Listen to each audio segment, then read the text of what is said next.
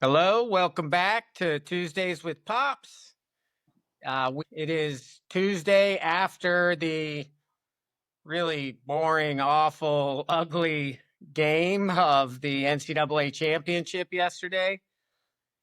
It was the 22nd annual AF March Madness, a pool I've been running for 23 years.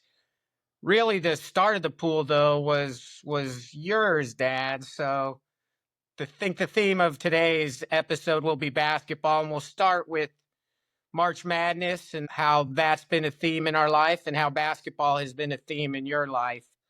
Ever since I was 12, 13 years old, basketball has been a principal part of my life. Started at the JCH, the Jewish Community House of Bensonhurst. I've mentioned earlier because I was after a girl in my seventh grade class. She belonged there for the social activity. I joined. The social activity went out the window when I discovered basketball. You just mentioned 20 years of you running the pool, but for 20 years prior to that, the pool started with Tom Hogue, his dad, and myself. Three of us started. Tom went to work for Ticketmaster, had access to a national network of people, many of whom were basketball fans, and Ticketmaster sort of took over the pool. And you can understand why they say that March Madness causes billions of dollars in lost productivity, because that's all we did for the first week. It's just get our pools in, root for the opening round games, go to a bunch of the games. Kira just sent me a picture. It was 22 years ago yesterday that Syracuse won the national championship, the Carmelo Anthony. And the picture was taken just opposite from where I was sitting when that game. We were in New Orleans for the Final Four, but prior to that, in 1983 or four, Jim Valvano at the pit, you were with me when possibly the greatest basketball game I'd ever seen, which was the semifinals, Louisville versus Houston. By Slamma Jamma versus the McRae brothers on the Louisville team. The score was 90 something to 80 something before 3-point line, before a shot clock. It was just up and down the court. And everybody in the stands, everybody watching, thought this was the final game. Whoever wins this game will be the tournament victor. North Carolina State with Valvano played the other semifinal game. One of the great trivia questions you can ask in a bar is, who is the fourth team and how did they get there? And the fourth team was University of Georgia. They had Vern Fleming, who had a nice professional career. But what I really find interesting is Georgia got to the Final Four by beating North Carolina. So that Final Four that everybody knows for Valvano could have included Michael Jordan and North Carolina in it. It didn't. It was still great as it was. That was the first Final Four I ever attended. Tom Hogue and I went a few years later to Seattle when UCLA beat, I think, Oklahoma with Wayman Tisdale in the final game. And the worst building in the world to see basketball in was the Seattle Kingdom. So basketball as a participant has always been a major part of my life. It still is. And so you can imagine how happy I was. When did you graduate high school? 92, 93? 92. 92. So must have been the winter of 91. I get a phone call. Hello, Barry. This is Clarence Gaines Jr. from the Chicago Bulls. Hold on, Clarence. Where do I know your name from? And he goes, well, my dad was a coach. I said, Big House. Big House Gaines, I think, may have had the most wins ever for a Division for a college basketball coach. He coached Earl the Pearl Monroe at Winston-Salem. But the second Clarence knew that I knew his dad and assumed correctly that I was a basketball fan, we hit it off real well. So Clarence says to me, we're thinking of bringing the Bulls with the Michael Jordan, Scottie Pippen Bulls to the pit for a preseason exhibition game. And I said, well, we've done them in the past. We've had exhibition games in the past, but it used to be similar to a rock show. A promoter would go hire, instead of hiring two bands, he would hire two teams and do a little tour with them. I used to deal with a guy out of somewhere in Texas, Red Johnson, and he was the promoter, and he would engage two teams and bring them to a few cities in the Southwest. So when I tell that to Clarence, he says to me, we have Michael Jordan. We don't need a promoter. Can't argue with that. So he says, can I come see you next week? And he flies into town, and we have a nice meeting. And the first thing he says to me is, we want to charge $25 a ticket. I say, hold it. You want to charge $40 a ticket. I know he knew I knew basketball. He knew I was a fan. He knew I knew the business. And I said, this is a professional basketball hungry town. Plus, wisely, the team that was going to play the Bulls was the Minnesota Timberwolves, who that year, their number 6 guy, they had the 6th pick in the draft, and they picked Luke Longley from New Mexico. So it was a perfect draw. And as I told Clarence, what ended up being somewhat prescient, I said, he's a very nice player. He'd be just like your Bill Cartwright, a center who will just do what you want him to do. But I said, but he's in the wrong place. He's not a franchise maker. He's not going to take the Timberwolves to the promised land, but he's a nice, solid player. A few years later, after Cartwright retires, the Bulls get Luke, whose career up until that time was not deemed a success. Luke Longley plays, I think, got 3 rings with the Bulls and fit in perfectly. He did just what they needed him to do. So I'm telling Clarence, charge $40, not a problem. So he says, okay, let's do it. This is 8-9 months before the game's supposed to occur. The word gets out. I think Bart Rip, sports writer for the paper, got word that the Bulls had put down a hold on the pit.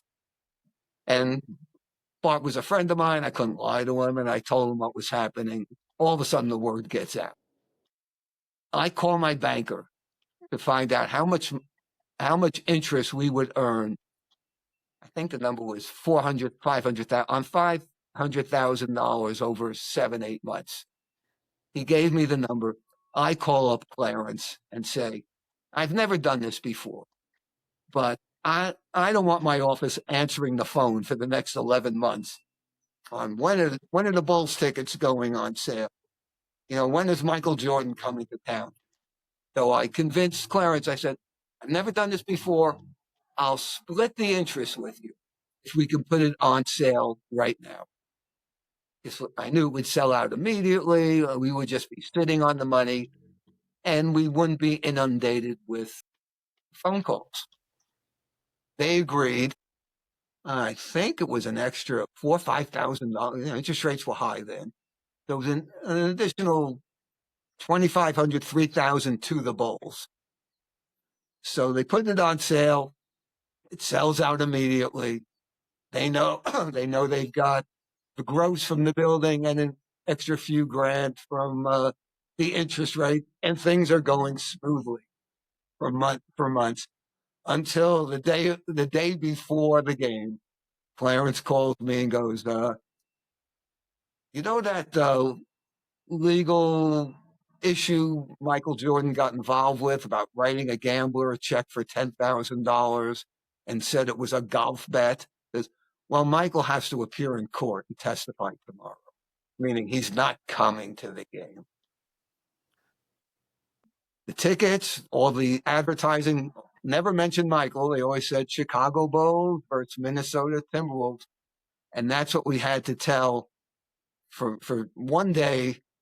The phone didn't stop ringing, and we had to tell people the Bulls are here. Unfortunately, true, Michael is not coming.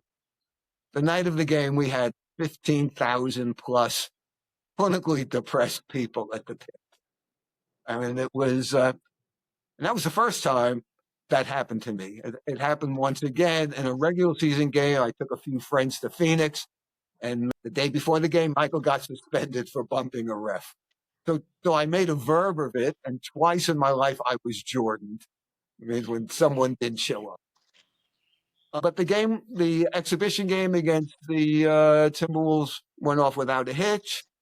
I got to announce at halftime, which is pretty cool. Remember my friend Steve Garber? Yep. Steve and his wife had been trying to adopt a baby out of Russia for a couple of years. They spent serious money, had serious heartache when things would fall apart at the last minute. And that morning of that game, Steve's wife called me, I think from Russia, and said, I know you're going to see Steve tonight. He's going to the game. Tell him we got our baby. So at halftime, I told the PA guy what was happening. He let me, we put the spotlight on Steve, and I wanted to congratulate him on the birth of his daughter, Alexa. And he got a very nice hand. No one knew the backstory, but he was shocked to hear it. The fans reacted properly, and that was a nice touch to the game. The game ended, it went smoothly. Clarence was a hero. He was, they made 40% more than they had originally presumed when I told them to up the price. B, it went smoothly. They couldn't do enough for me. They gave for Christmas. I got a ball signed by every member. I think it was the first group of guys I got the three-peat. I think it was the second year of that first three-peat. They all signed. It's still downstairs in a nice little display case. And Clarence says to me, any game you ever want to come to, let me know. And I said, playoffs? He said, any game you want to go. So for your high school graduation, we went to Chicago, saw game 5, Knicks versus Bulls. I was still a Knicks fan at the time. They escorted us on the court, as you remember. We got introduced you to Walt Frazier, who was announcing the game for the Knicks. The fans were fun because they won. They might have beat the shit out of us if they lost, but they were real pleasant, had a good time. And 2 nights, we're still in Chicago, and 2 nights later, we had tickets for Eric Clapton. And we go to, I think, Pizza Uno, the famous pizza place. We go for lunch, and we decide that we're in such a basketball frame of mind that instead of seeing Eric Clapton, we'll go to a bar and watch the next game, which came from New York. I asked the waitress if she was an Eric Clapton fan. I asked if she was working the next night. She said, yes, she was a fan. No, she wasn't working. And her tip was 2 tickets, 10th row center to see Eric Clapton. I don't regret that move at all for a minute. We went to a bar in Chicago and watched Knicks won, I believe, and then lost game 7 to Chicago. A great father-son moment, a great NBA playoff moment. A great personal moment for me, and one of the personal highlights of my career is a few years later. You're off at college already. Jenny's settled in her apartment. So it's just Kira and I in the house, and I read an article in a magazine written by Harry Shearer from Saturday Night Simpson. Live, Spinal Tap, The Simpsons. And Harry writes about going every year, which he told me later was just so he can get a tax write-off by writing the article. He could write off the expense of going to the Magic Johnson, Jerry West adult basketball camp, executive basketball camp. I give Kira the article. I said, read this. This is a great story. Next thing I know, Kira disappears for a few minutes, comes back and says, I just signed you up for the camp. Thanks for spending $6,000 of my money then, Kira, but what a great move. Cindy and I had just started dating, so I took her along as my plus one.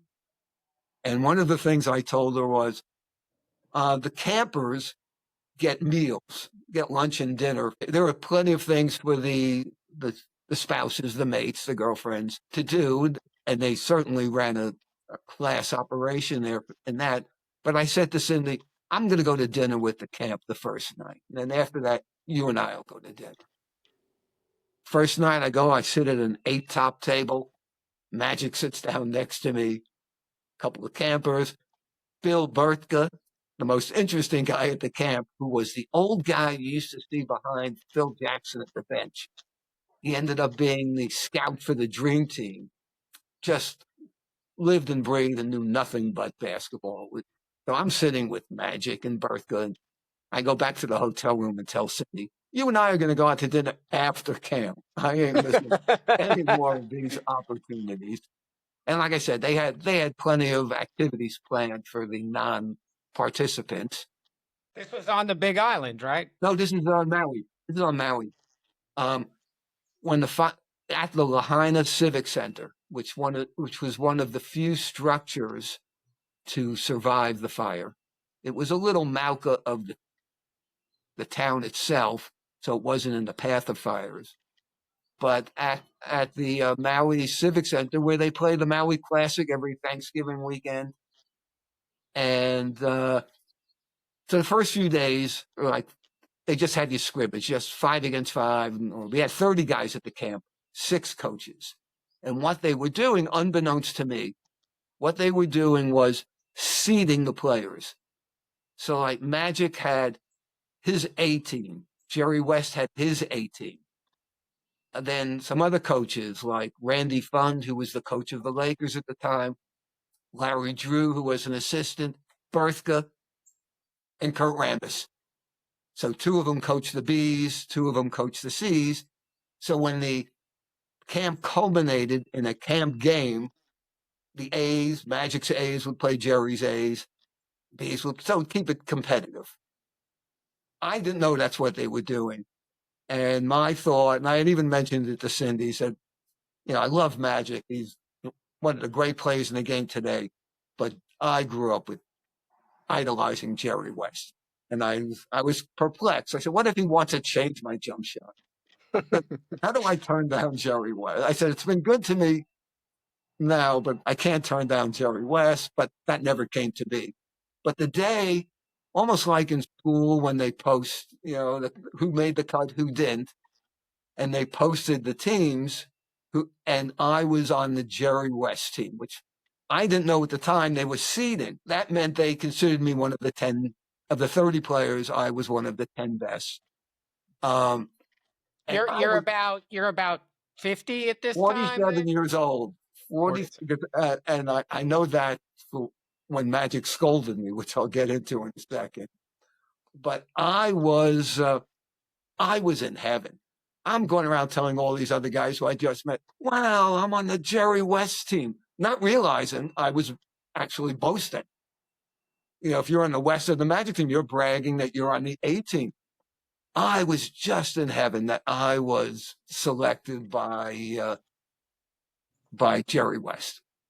So we have a couple of days of scrimmaging as units.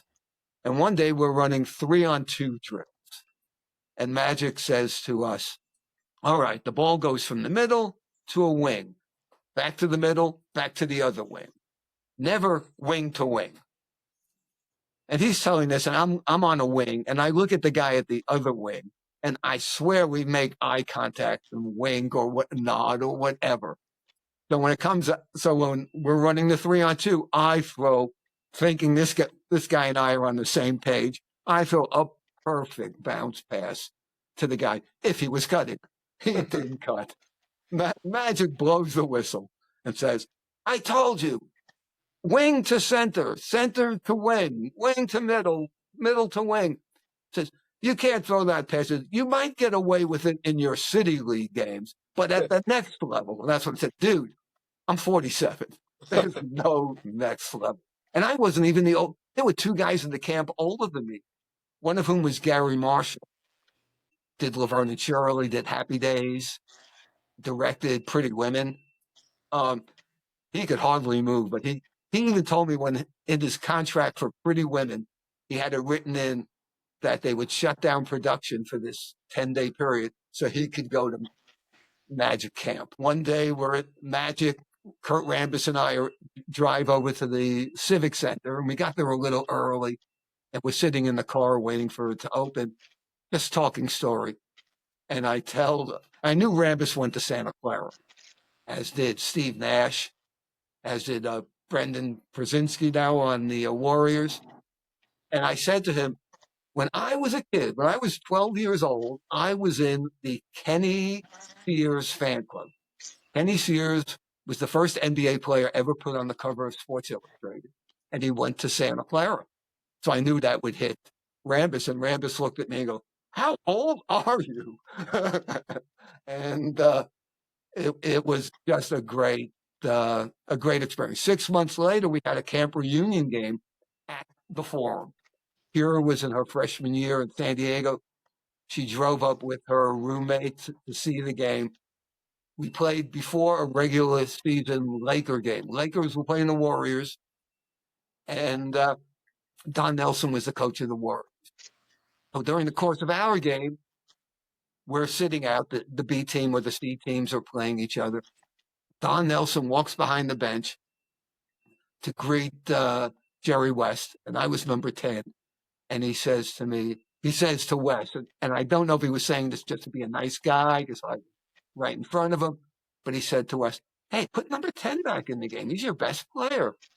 Oh, thank you. Thank you. Now it ends up Don Nelson grows weed on Maui.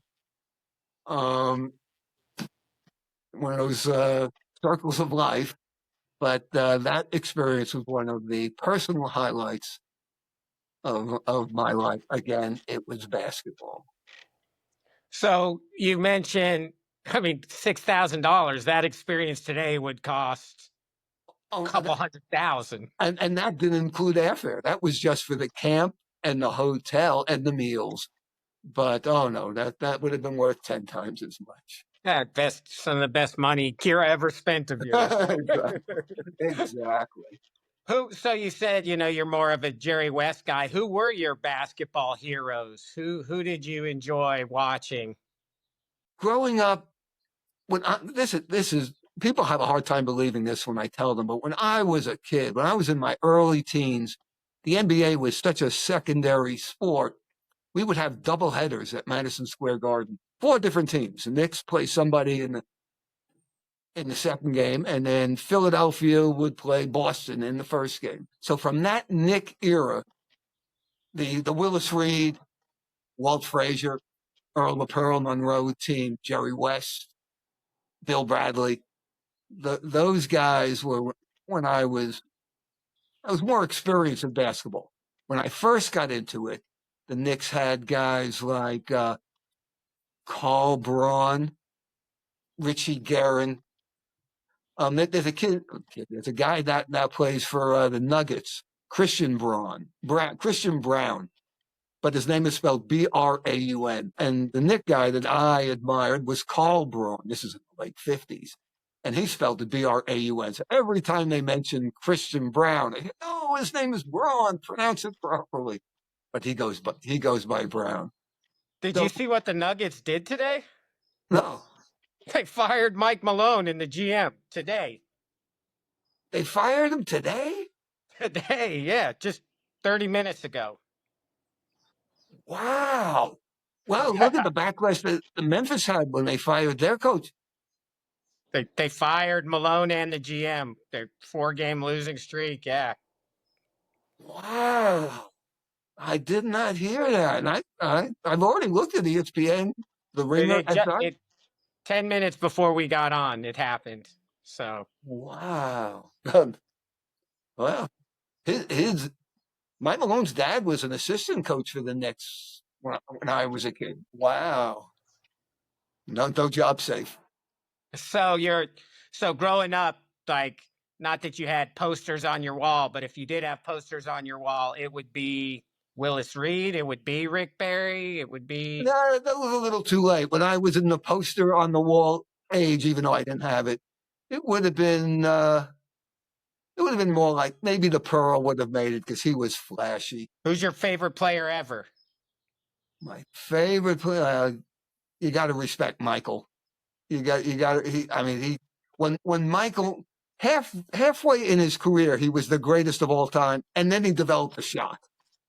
He wasn't that great a shooter, and all of a sudden he doesn't miss. And I thought to myself, how unfair. He's unstoppable without a shot, and now you got to guard him 30 feet out. I took Kira for her high school graduation to Phoenix to see Michael Jordan play against the Suns. This was the trip that he didn't play, right? No, this was the trip when I took the previously mentioned Steve Garber, Jim Zaleski. Oh, and we could for that game. That was a game Michael didn't play. For Kira's game, the Cowboys. It was over a football weekend, and the Cowboys were playing in Phoenix, so we couldn't get a flight back. We could get a flight there. So Steve Garber had a friend who had a plane, so we bribed him with a ticket to go to fly us to the game, fly us home, which sounds cool on paper. We get to the airport. It's a single-engine Buddy Holly plane. I say, guys, single-engine plane? I was expecting at least two. He goes, no, this cuts the engine failure risk in half. It gives us no margin for error. And on the way back, we hit turbulence. It's me, Kira, Steve, Jim, and the pilot. And I'm saying, take me. Kira's got her whole life ahead of her. Take me. I kissed the ground when we landed, and I've never been on a private plane since. It scared the shit out of me. But that was another basketball connection. My favorite Knick team were the later ones, the Jerry West, the Willis Reed teams. That was the same year the Jets won the Super Bowl. That was a heck of a year for and the Mets won the World Series. 1969 was like the greatest year in New York sports ever. And I was living there at the time, and I was 23 at the time, and got to enjoy it. When I'm playing basketball at the JCH, I must be 15 years old. Every year they would bring an NBA player in because, again, they weren't superstars like they are today. And they would gladly come and speak to us little kids and tell a story. And one day, my favorite self-deprecating introduction ever, the guest was Johnny Green. Nickname was Jumping Johnny Green. And he introduced himself by saying, I'm Jumping Johnny Green. I went to Michigan State University. I play for the center for the New York Knicks. And last night, I held Wilt to 100. What a great way to introduce yourself. But anyway, another bar trivia question: who was guarding Wilt when he scored 100? Jumping Johnny Green. He was only like 6'4", 6'5", and that was about the size of an NBA center until the Bill Russell era. Then the Knicks got Willis Reed. Was basketball always your favorite sport to play? Obviously, was it your favorite sport to watch too? Oh yes. We've mentioned earlier, I never got to play Little League Baseball because we weren't in Brooklyn in the summertime. And I love watching baseball. I love the pace of it. My dad said to me, if you want to learn baseball, listen to Red Barber. Red Barber was a Dodger announcer who then eventually became a Yankee announcer. And I'm not sure, he was a Southerner, and he spoke in these old Southern idioms. And it's possible he had a tough go with Jackie Robinson and the Dodgers integrating baseball. And he went to the team that was the next to last team to ever have a black player, which was the Yankees. But he was brilliant. And baseball's the one sport you can do that. Without preaching, you can explain the game and explain why the guy should have gone from first to third. should have tagged up. And my father was right. A lot I learned about baseball, I learned from listening to Red Barber. We went to lots of March Madness games. Lots every year almost. We would go see some basketball. When I first moved to Hawaii, every March because it was usually one of the rounds was held on the West Coast. I remember we went to Sacramento one year.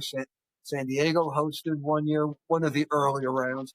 We saw Jenny's alma mater, Kent State, beat it was Bob Huggins. I think he was at West Virginia at the time because I'm yelling at him because we had a direct shot and I'm yelling, graduate somebody. Because at that time he had a 0 graduation rate. 0. He eventually he wised up, but he never, up until that point, he never graduated a student athlete. No one does these days. Well, I doubt if they're even students. I wonder if there's a requirement that they have to maintain a 2.0 grade point. I don't even know if that's on the books anymore. Yeah, it's what do you call it? It's minor leagues. AAA. AAA. And after last night's game, I may downgrade it to AA. Man, that was such a bad game. Not the Houston team that we saw. Yeah, and in the NBA, everybody can shoot. You get Kevon Looney hitting corner threes for the Warriors, 2 of them last week. Everybody can shoot in the NBA. Everybody can shoot at the gym. When the young boys play full court before my guys show up for half court, I'm amazed nobody ever misses. The young boys, nobody misses. Last night, nobody hit a shot. That Walter Clayton Jr. might have cost himself millions of dollars last night. Any more basketball? Because we could also talk some baseball. Let's go baseball. Some of my favorite stories of yours from baseball. We would go see games, and obviously big San Francisco Giants fans because of Giant tickets. And I believe, you could correct me if I'm mistaken, but was 1987 when you flew to St. Louis for the World Series? 85? No. Mitchell and I went, it was the playoffs. Mitchell and I went to championship series. That's right. Mitchell and I went to San Francisco. We didn't clinch it there, and we were debating whether to go to St. Louis for the finals of the National League Champions, which we never did. Thank goodness the Giants had to only win one of them, and they scored 1 run in 2 games to get eliminated. 2 years later, you went to your first major league game, and it was the playoffs against the Cubs. Robbie. And I still have the memory. Our friend Andy picked us up in a limo at the airport. I'm facing you. We had a wide back area, and you're facing forward. I'm facing you, so facing back. And I can see on your face when Candlestick came into view, because your face just lit up. And we watched the Giants earn their way into the World Series, which a week later, Mitchell and I went, and we were in the earthquake. Well, I remember that 1987, right? That was the 87 trip. So we went to... No, that was 89 or 89. 89, we go to Chicago, or we go to San Francisco to see him play Chicago. They win 3 games. The Maldonado, 1 flap down, Jeffrey Leonard. Yeah, right. But I was, I guess at the time, so 89, I was teenager. Right. And there was obviously Tom and Bud, Uncle Tom and Bud, but I remember we go and stay at Andy's house. Yes. Yeah, you were a little taken aback by the lack of heterosexuality in the house. I remember he said, "We're the only men sleeping in a bed together that aren't sleeping together." Exactly. Andy, great friend, still is to this day. We saw him. When I was at the World Series in 2014, Kira, Cindy, and I had lunch with Andy. a week later, I'm at this point, I'm diehard. I'm into the Giants, watching it all, and it's the Bay Area series, Right. and you're at the game, and from my perspective, I'm watching on ABC, and the TV just goes blank, and Right. I'm pissed. I can't believe ABC's not showing the World Series. Then I obviously find out what happened, and this is in the time before cell phones and everything, so we're panicked. We don't know what happened. Tell me about your World Series earthquake experience. Andy Kramer again picks Mitchell and I up at the airport in a limo. Our baggage is in the limo, and we go right to the game. I'm getting on the escalator to go to our seat, and I get shaken, and I thought the escalator broke. Was my first reaction. And I turned back, and Andy and his sister, who both live in the Bay Area, they're white as ghosts. They were standing on the ground. They knew exactly what happened. I walk up the escalator. It's a great Mitch Hedberg joke about escalators can never break. They just turn into staircases. And imagine the sign saying, please walk up the steps. The escalator is broken. Sorry for the convenience. And I walk up the escalators, and I had no idea what happened, even though I had a hunch because they were white as a ghost. And you see all the players go out on the field, hush in the stadium, and finally an announcement comes over. Um, please, please exit peacefully. Game is called today. We've had an earthquake. Never saw, did not see the limo or my luggage for 2 days. Mitchell, Andy's sister Claudia, and I hitched a ride back to Andy's house, and Andy had 23 stores in the Bay Area. Andy was Mitchell's partner in the general stores in Albuquerque. This Albuquerque in the 70s was not the most friendliest place for a gay person to live. Andy moved to San Francisco, ended up opening 20, I think it was 23 stores. So the very next day, What stores? they were called headlines. They were just big. It was like the general store on steroids. Not So only head shops. head shop clothing, hip house, articles for your home, tchotchkes for the home, lamps, light. He had his main store had an escalator going downstairs, which first time I'd ever seen that. So the day after the earthquake, Andy gets on the phone, finds an insurance adjuster or a guy who worked for people filing claims, actually. Used to be an insurance adjuster. And we did what I referred to as the end of the world tour. We went to see maybe a half dozen of his stores to see the damage. And the store with the escalator, the one on Mission or Market Street, we walked down the escalator, and every clock downstairs, or a few clocks, they were all frozen at 5 after 5 or whatever the time was. On the streets outside, they had these old, I think they're called railroad clocks, big 4-sided clocks that sit on street corners, and all of those were frozen at 5:05. It was eerie. We waited a couple of days, had to go to Palo Alto or San Jose, I forget which, because the airport was still closed in San Francisco, but flew back to Albuquerque out of one of those cities. Now, we were already down 2-0 before the earthquake to Oakland, and they were an awesome team.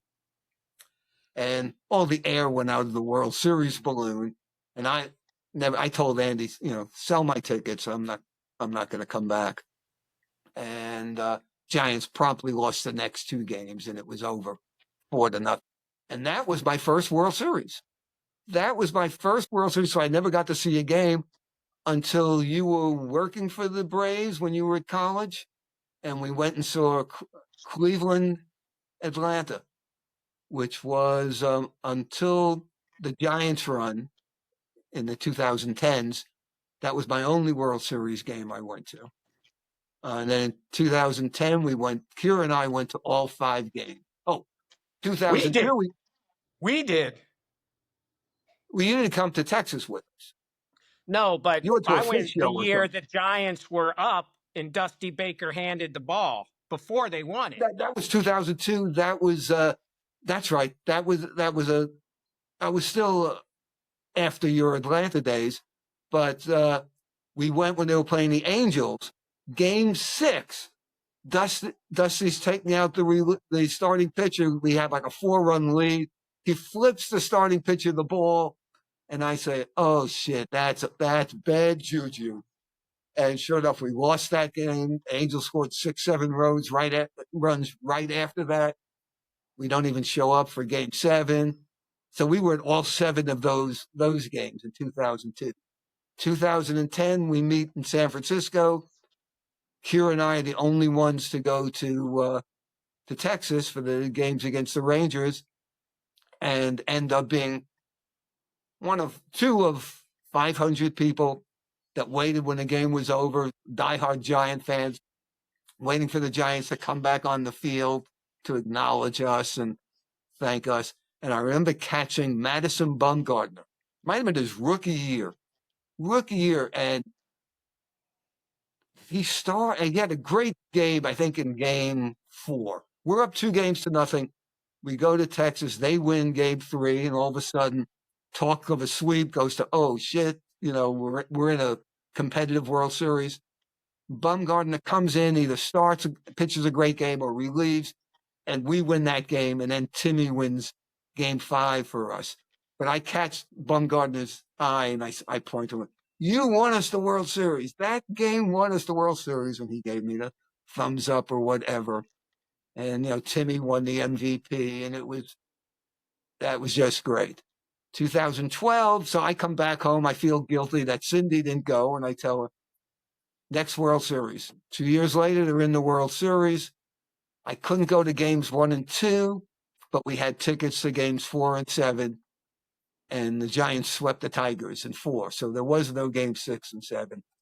2 years later, 14, we finally went. That's when you took me to Fish. We won. I don't know if we won the first 2 games. We go see Fish. And then games 6 and 7 are back in San Francisco. Great, great footage. I don't know what the song is. Fish is doing some song at the Bill Graham Theater. Fish is doing some song, and all of a sudden you hear a buzz in the audience. You can hear the audience. The word was coming over their earphones that the Giants had won the World Series. Giants had won game 7. So you could hear the buzz. You could hear the fans applauding. The band picks up on it. And in the middle of the jam, busts right into "We Are the Champions." The fans go nuts again. They do a few bars of that, and they go back into the original jam. The fans go nuts for a third time. It was very, very thrilling. Very. Too, the song was "Mama Dance."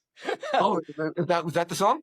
Because I stayed in San Francisco. We went to game 1 and 2. Well, we saw Bumgarner throw a gem, and then in San Francisco, it must have been game 2. Maybe we went to 1 and 2, Yeah. and then game 3 was on the road, Right. and you stayed, and I took you to Fish, and Right. it was I'll never forget this because Fish has a song called Walfredo, and it's a song they never play.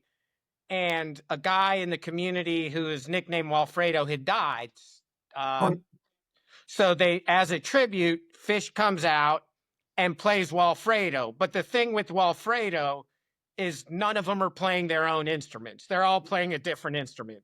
And I take you to your first Fish show. Music has been a theme of our entire life. It's been a run through everything. You're a huge music fan. It was your business. I'm a huge music fan. It's Kira's business. Fish is my favorite band in the world. I bring you to this show. Fish comes out, and they're not playing their own instrument. And it's gimmicky, but it's not good. And you look at me like, what have I done? How did I fail here? but they get on their own instruments, and not your thing, but you could appreciate their musicianship. And I'll never forget, you said, "Oh, I really like that Traffic song." So Fish has a song, "Slave to the Traffic Light," which always makes me think of you. And if I'm in the right frame of mind, I'll be at a show and they'll play Slave and it'll make me cry thinking of you. But the second thing is, so then later in that series, you're gone, you've gone home. I'm pretty sure they're on the road. Yeah, it must have game 1 and 2. Maybe they were the 3, 4, 5, and that's what we went to. And then No, because they won it in San Francisco. no, they didn't. They didn't. They won it in Kansas City? Yes, they won it on the road. They never had won one on the at home. I'm pretty sure. And the reason I know that is I stayed in San Francisco because that's what we went to game 5 or whatever. Some Bumgardner went to see game Fish at 6. You flew home. I stayed in San Francisco for the next 2 nights for Fish, and I think it was game 6 or 7, whichever game it was. I was watching. So Bill Graham is right next to the Civic Park, Are they and big at the Civic Park outside, Right. me and one other guy are watching. We're hardcore Fish fans, but we're Giants fans, Right. and we're watching. And they make the last out, and I go running into Bill Graham. As I'm running in, I'm hearing them playing "We Are the Champions." Right. It was All right. Yeah, that was one of the greatest days ever. The Giants win, the Fish crushes. We had just had an awesome experience. So yeah, sports and music. Yes. I had a nice experience. So, we did the tickets for the Dukes, the AAA baseball team. And one day and we had season tickets right behind the Dukes dugout. And one day, and Phoenix was not in the league then. So the Phoenix team was the Giants AAA team. They used to be the Phoenix Giants, and they became the Firebirds, and then they got a major league franchise. So it was at a Firebirds game, and Al Rosen, I think he was the Giants general manager at the time, but Al Rosen was a baseball player from my youth. He was an MVP third baseman, a Jew, which was not that prevalent back then. So I'm walking down in the park, and I see Al Rosen. So I pull out my card, which had the Giants logo as my name, introduce myself, and I guess he's impressed by it that I named the team after my business after his team. Maybe he was impressed because I was a fellow Jew. I don't know, but he said, "Sit down." And I sat and talked baseball with Al Rosen for 5 innings. That was so cool. One time I'm at the Duke's office, no game, it was the afternoon of a game, and I had something to do there, and in walks Sandy Koufax. Koufax was from my neighborhood, went to the same high school I went to 10 years earlier. My picture at one time, out of complete randomness, used to hang right next to Koufax's picture at the Jewish community house. The last time we were there, I think after Granny's funeral, we went down there and my picture was there. I said to somebody, "What happened to Koufax's picture?" Said, "Oh, he's got his own wing." Hell with putting him next to Finkenberg. He's got his own wing. But yeah, I got to chat a little. He was a bit standoffish. I introduced myself as Barry Finkenberg, Lafayette High School, JCH, both, in his history.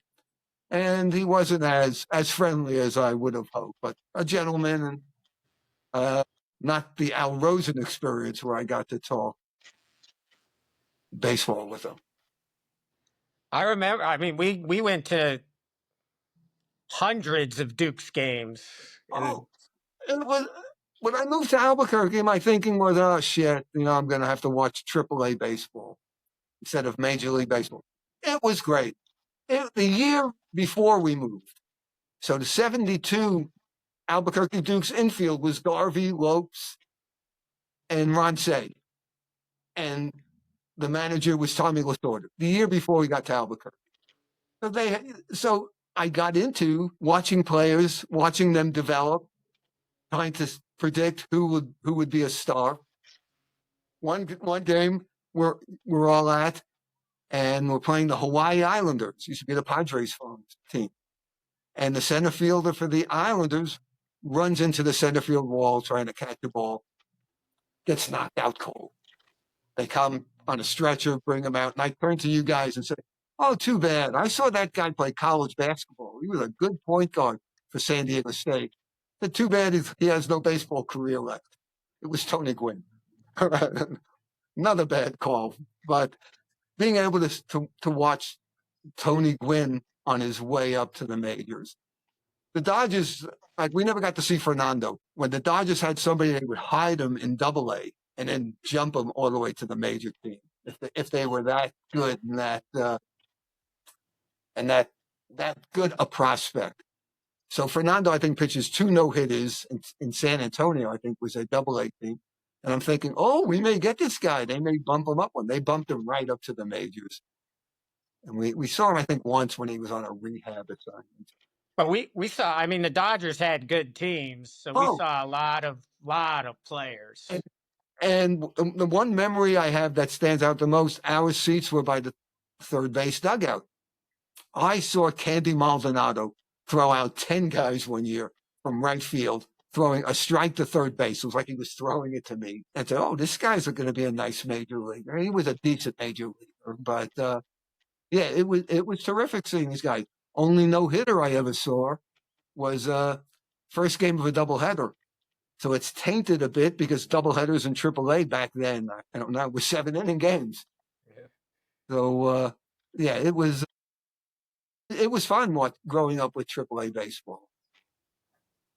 Do you still watch baseball? I watch the Giants. Now I speed watch them. You know, I fast forward and keep my eye on the score bug up in the corner. And when I see that change, I'll slow up and see how that happened. Playoff times, I'll watch all the games. Yeah, I'm still in a dying minority of fans that are into baseball. Do you prefer watching baseball or basketball? Oh, basketball. I prefer watching basketball. The last minute of a tight basketball game is really thrilling. Last couple of innings of a tight baseball game that means something. I mean, 161, 62 regular season games. It's hard to get excited about any one game. But when the game is on the line, when a season is on the line, a title's on the line, every pitch counts. It's kind of thrilling. I love going to Padre games. Yeah. I mean, I love the stadium. Kira's had season tickets for 20-something years, and music and sports. Sports has also been something that's been in my life. So yeah, indeed. Oh yeah, music, sport. Again, why I was so blessed with my profession, because it allowed me to interact with all the things I liked, even movies. You know, the best perk, as you know, there's lots of perks for being a ticket guy. Everybody wants access to the ticket guy, and most people will reciprocate. The best perk I had was they were a chain of movie theaters back when movies were a thing. There was a chain of movie theaters in Albuquerque, Commonwealth Theaters. And I knew the guy who ran it from my radio days. But when I got into the ticket business, his daughter, Jenny, was a big fan. So I would take care of her. And for a couple of years, I had like a gold card. Good for 2 people, any performance, anytime, no restrictions at all. That was my most valuable possession. I would go 2-3 times a week. It was a common weekend with Dad activity. Yeah. and I remember. I have another distinct memory when I took you to see the first Raiders of the Lost, the first Indiana Jones movie. The movie ends with the Nazis' faces melting. Right, he's in a cave and with the Nazi bad guys and faces. They do all this CGI and faces melt, and you're blown away. I remember that scene. I look over at you. You're taken in by it, and I say to myself, "All right, I've turned him into a movie fan." That was one of my goals.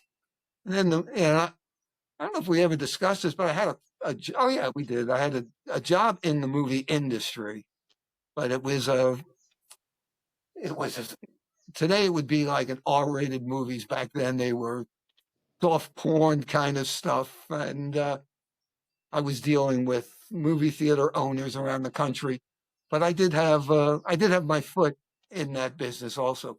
So comes the ticketing world. I'm dealing with sports, with music.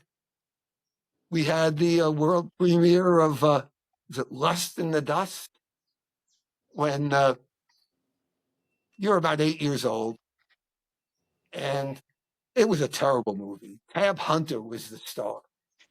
And we meet Tab Hunter in the lobby after the movie, and you say to him, "Oh, I love Pandemonium." Remember the Pee Wee Herman movie? They're killing cheerleaders at colleges. It was a stupid movie. But the 8-year-old you tells Tab Hunter, "I really like Pandemonium," and he says, "Oh, I didn't like," because he was in it. He ends up being the cheerleader. He's the cross-dressing cheerleader that was killing the other cheerleaders. But he says to you, "Oh, I didn't care for that script." And I'm saying, what an asshole. You're talking to an 8-year-old about the script. And we just walked out of one of the worst movies ever. Divine was in it. It was a cowboy movie. It hasn't made the late night theater runs ever since. But yeah, that was a big part of my life. And Kira got into it a bit. I was even into modern dance. That was going as a civilian, watching modern dance was also a top pastime of mine. Modern dance? Modern dance. The Trocaderos, 12 guys dressed in tutus doing modern ballet. Just hysterical, just great. Your mom was a dancer. She got me into the Joffrey Ballet. We would go see the Joffrey Ballet, and they would do things like they did one ballet to Beach Boy music called Little Deuce Coupe. Twyla Tharp was the lead dancer. She choreographed a group to do Tommy, to the music of Tommy. There was a ballet. The old stuff, the Swan Lakes and stuff. I really couldn't take, but the modern dance, because it's athletic, it's rhythmic, it's things I liked about sports, things I liked about music, was there in modern dance.